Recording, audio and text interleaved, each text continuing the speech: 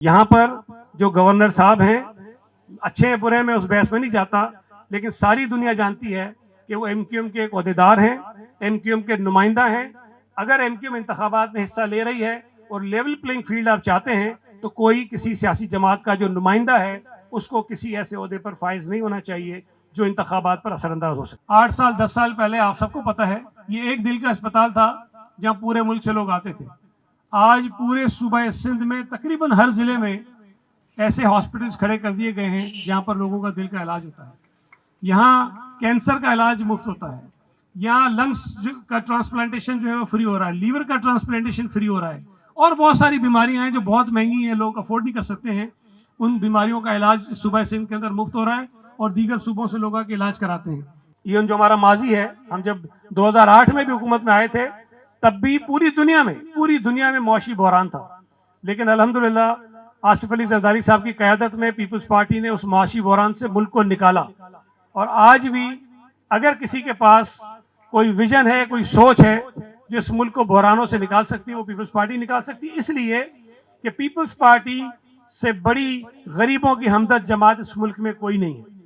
Peoples party ने अपने 5 बरसों की हुकूमत में जितनी सरकारी मुलाजमिन की तनख्वाहों में इजाफा किया उसकी मिसाल नहीं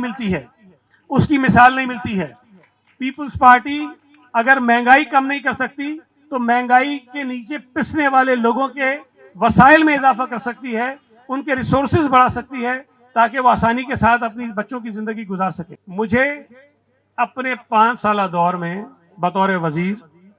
कहीं से किसी जानिब से कोई इंस्ट्रक्शन, कोई दबाव, कोई हिदायत नहीं आई कि ये फला लोग हैं जिनको बकौल आपके लोग सिस्टम का हिस्सा मानते हैं, उनके कहने पे सारे काम करने हैं। तो मैंने आज़ादी के साथ अपने इदारे चलाए, महकमे चलाए, और मुझे यकीन है कि बाकी जो वजीर थे, बाकी जो कैबिनेट मेंबर्स थे, उन्होंने भी इसी तरह चलाया था। अब पीपल्स पार्टी के खिलाफ अगर और कोई इल्ज़ाम ना लगा सकें तो एक आसानी से हवा में एक चीज़ छोड़ देते हैं कि जी करप्शन इस दौर में बहुत हुई। मैं इस बात से तो इनकार नहीं कर सकता कि करप्शन कहीं नहीं होगी, लेकिन करप्शन जो है वो पीपल्स पार्टी के दौर में या सूबा सिंध का हिस्सा सिर्फ मसला नहीं है। करप्शन हमारे मुल्क का मसला है, हर जगह पर ये प्रॉब्लम है, और उसको पार्टी से कतई नज़र आपको देखना चाहिए। कोई भी कर रहा हो, अगर पीपल्स पार्टी का शख्स है, कोई किसी और जमात का शख्स है, कोई सरकारी अफसर है, कोई भी इसमें मुलविस है, उसके खिलाफ कार्रवाई होनी चाहिए। लेकिन ये जिस बला का नाम आपने लिया है, मेरे दौर में, मेरी वजारतों में मेरे ऊपर कभी कोई दबाव नहीं आया, तो मेरा तस्वुर यही है कि ये सारी चीज़ें गलत। सूबा सिंध में जो निगरान हुकूमत बनी उसमें पीपल्स पार्टी का कोई वजीर तो नहीं है कैबिनेट में, लेकिन विफाक में जो हुकूमत बनी उसमें एक नहीं कई लोग ऐसे विफाकी वजीर के ओहदे पर फायज हुए जिनका ताल्लुक पीएमएलएन के साथ है।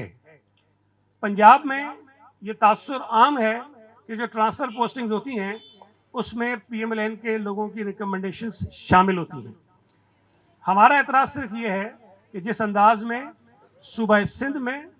Deputy commissioners, SSPs, DIG, IG, chief secretary और बहुत सारी सतह पर जो छोटे छोटे ऑफिसर्स थे उनको हटाया गया है, यही फार्मूला या तो तमाम सूबों में अप्लाई किया जाए या फिर बाकी सूबों में जो फार्मूला अप्लाई किया गया है वो फार्मूला सूबा सिंध में भी अप्लाई किया जाए। अगर सूबा सिंध के 22 ग्रेड के ऑफिसर्स को,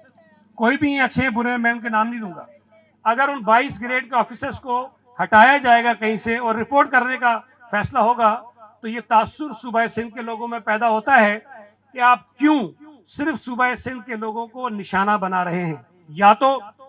पंजाब के जो ऑफिसर्स हैं, अच्छे हैं बुरे हैं, मैं इस बहस में नहीं जाता, उनको आपने हटाया हो, रिपोर्ट करवाया हो तो ठीक है, केपीके में आपने किया हो तो ठीक है, बलूचिस्तान में आपने किया हो तो ठीक है, लेकिन अगर ये कहीं नहीं हुआ और सूबा सिंध में हुआ है तो जाहिर है कि एतराज़ हमारा जायज़ है। हम अगर ये कह रहे हैं कि लेवल प्लेइंग फील्ड मिलनी चाहिए पीपल्स पार्टी को, तो हम ये कतई नहीं कह रहे हैं कि हमारी मर्जी के वजीर लगाओ, हमारी मर्जी के एसपी लगाओ, हमारी मर्जी के डीआईजी लगाओ, हमारी मर्जी के कमिश्नर लगाओ, हमारी मर्जी के डिप्टी कमिश्नर लगाओ, हम ये बिल्कुल नहीं कह रहे हैं। लेकिन हम ये कहते हैं कि जहां पीपल्स पार्टी को एक लेवल प्लेइंग फील्ड मिलनी चाहिए, फ्री फेयर ट्रांसपेरेंट इलेक्शन होने चाहिए, तो कहीं पर ये तासुर नहीं पैदा होना चाहिए कि पीपल्स पार्टी के खिलाफ इत्तेहाद जो है वो बनवाए जा रहे हैं। हम ये समझते हैं कि इस मुल्क में जो सियासी अदम इस्तेहकाम है, जो मुआशी बहरान है, उससे निकलने का वाहिद रास्ता इंतखाबात हैं, और वो भी फ्री फेयर ट्रांसपेरेंट इंतखाबात, ताकि एक आवाम की मुंतखब हुकूमत आए और वो मीशत को ठीक करने के लिए इकदाम उठाए। इसके अलावा कोई रास्ता नहीं है। इंतखाबात जल्द से जल्द होने चाहिए, आइन कहता है 90 दिन में होने चाहिए। डिलिमिटेशन का मसला आ गया, लेकिन डिलिमिटेशन भी जो 4 महीने की जिसका जिक्र है, वो एक मुकम्मल डिलिमिटेशन होती है जिसमें पूरे मुल्क में नशिस्तों की तादाद चेंज होती है, सूबों में चेंज होती है। लेकिन ये जो हल्काबंदी है, ये उस तरह की हल्काबंदी नहीं है। इसमें कौमी असम्बली की जो 266 सीटें हैं मुल्क में वो उतनी हैं, सूबा सिंध में 61 हैं वो उतनी है, पंजाब का नंबर चेंज नहीं हो रहा, बलूचिस्तान का नंबर चेंज नहीं हो रहा, इस्लामाबाद का चेंज नहीं हो रहा, केपी का चेंज नहीं हो रहा।